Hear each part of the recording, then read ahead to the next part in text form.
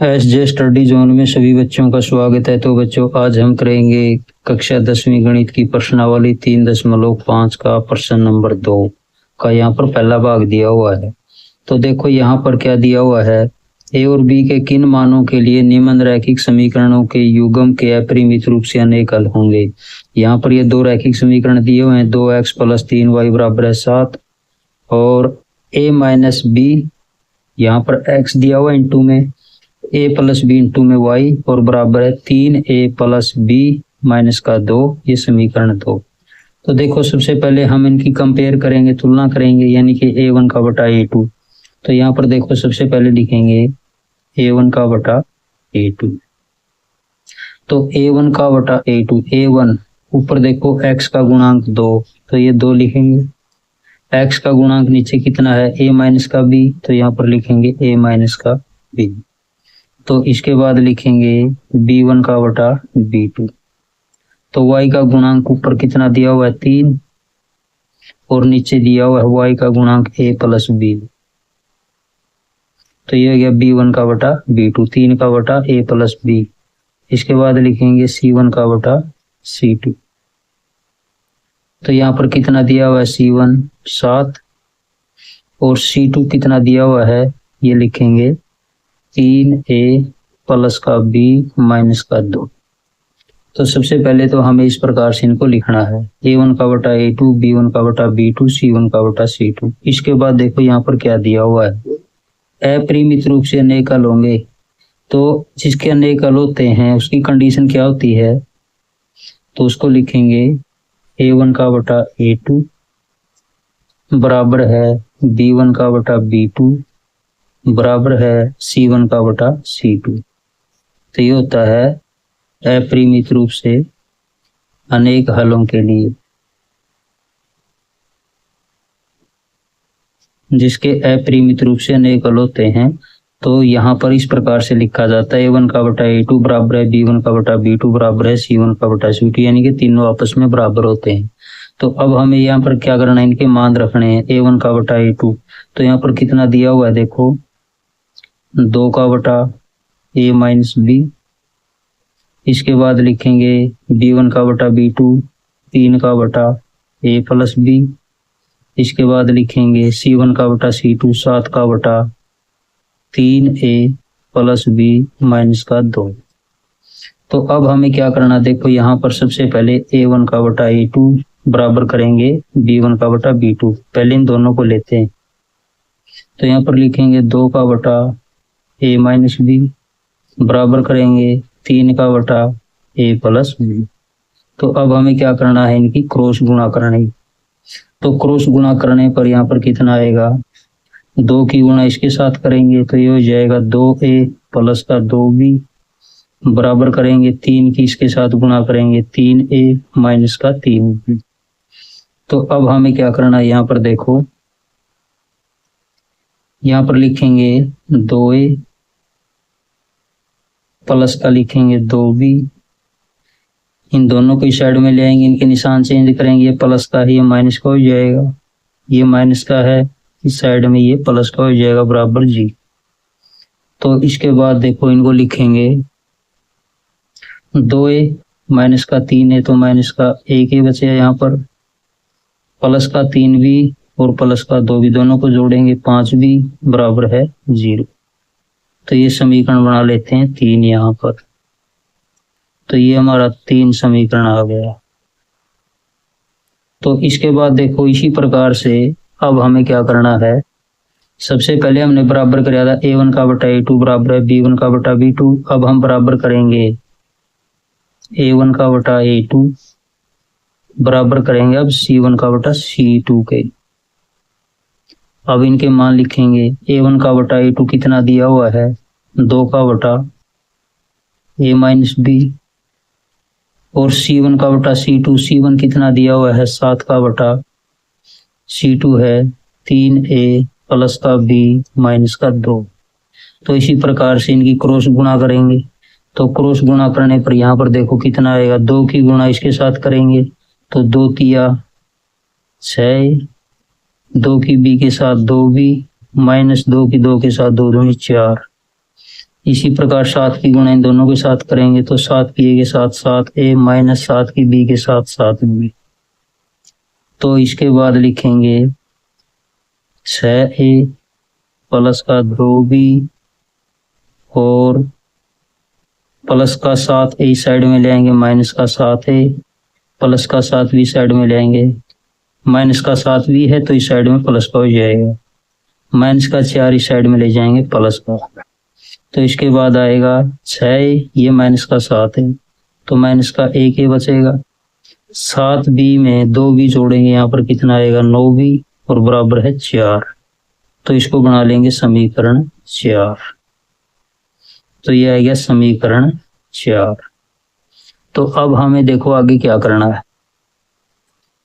ये 3 समीकरण है, ये 4 समीकरण है, यहाँ पर माइनस का ए है, यहाँ पर भी माइनस का ए है। अगर हम इसको विलोपन विधि से बराबर करें तो ये अपने आप बराबर हैं यहाँ पर। तो अब हमें क्या करना है, 3 समीकरण में से 4 समीकरण घटाएंगे, या 4 समीकरण में से 3 समीकरण भी घटा सकते हैं। तो यहाँ पर लिखेंगे समीकरण 3 में से 4 को घटाने पर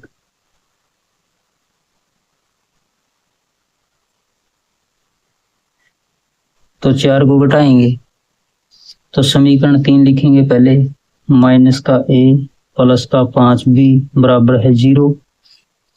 इसके नीचे लिखेंगे समीकरण 4, माइनस का a प्लस का 9b और बराबर है 4। ये समीकरण 3 था और ये समीकरण 4।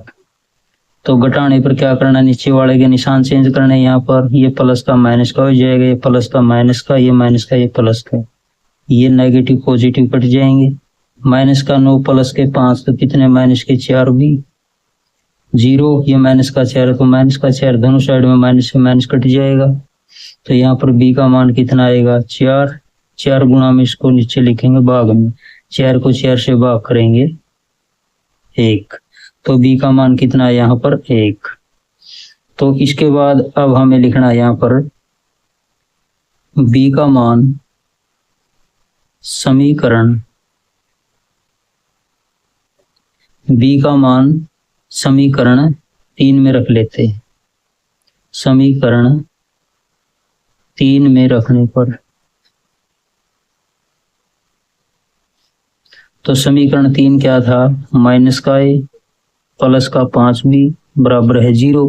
अब इसमें मान रखेंगे b का मान 1 है तो यहाँ पर लिखेंगे माइनस का a 5 गुणा इस b के स्थान पर 1 लिखेंगे बराबर है 0। तो माइनस का a गुणा करेंगे 5 के 1 के साथ 5 बराबर है 0। इसके बाद माइनस का a प्लस का 5 इस साइड में ले जाएंगे, माइनस का 5 हो जाएगा, तो दोनों साइड में माइनस से माइनस कट जाएगा, a बराबर है 5।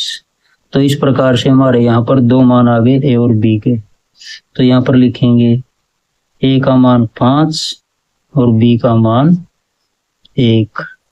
तो ये हमारा राइट आंसर हो जाएगा। क्वेश्चन नंबर 2 का दूसरा भाग।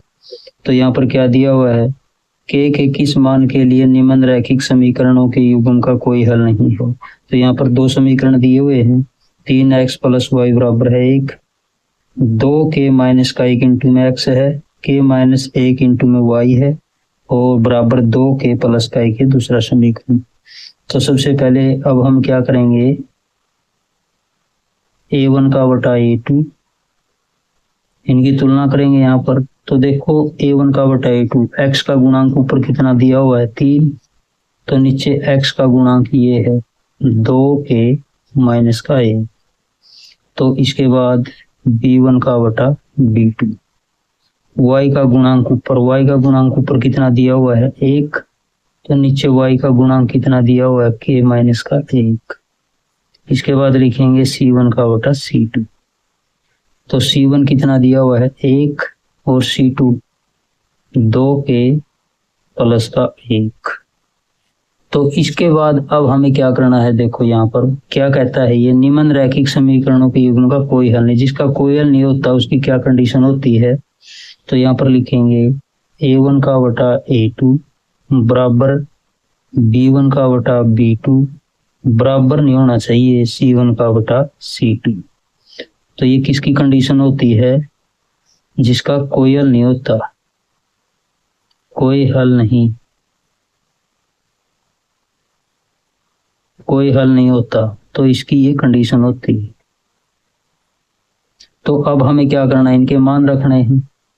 तो यहाँ पर देखो हमें k का मान ज्ञात करना है। तो k का मान ज्ञात करने के लिए हमें इन दोनों को लेना होगा जो बराबर दिए हुए हैं। a1 का बटा a2 बराबर है b1 का बटा b2। तो a1 का बटा a2 कितना दिया हुआ है? 3 का बटा 2 के माइनस का 1 लिखेंगे बराबर b1 का बटा b2। तो b1 कितना दिया हुआ है? 1 और b2 कितना दिया हुआ है? k माइनस का 1। तो अब हमें क्या करना है? इनकी क्रॉस गुणा करनी, यानी कि यहाँ पर लिखेंगे आर पार भी कह सकते हैं इसको, आर पार गुणा करने पर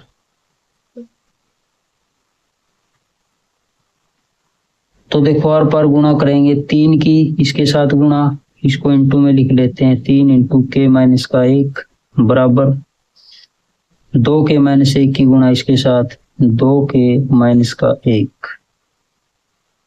यानी कि 1 के साथ गुणा तो यही आ जाएगी।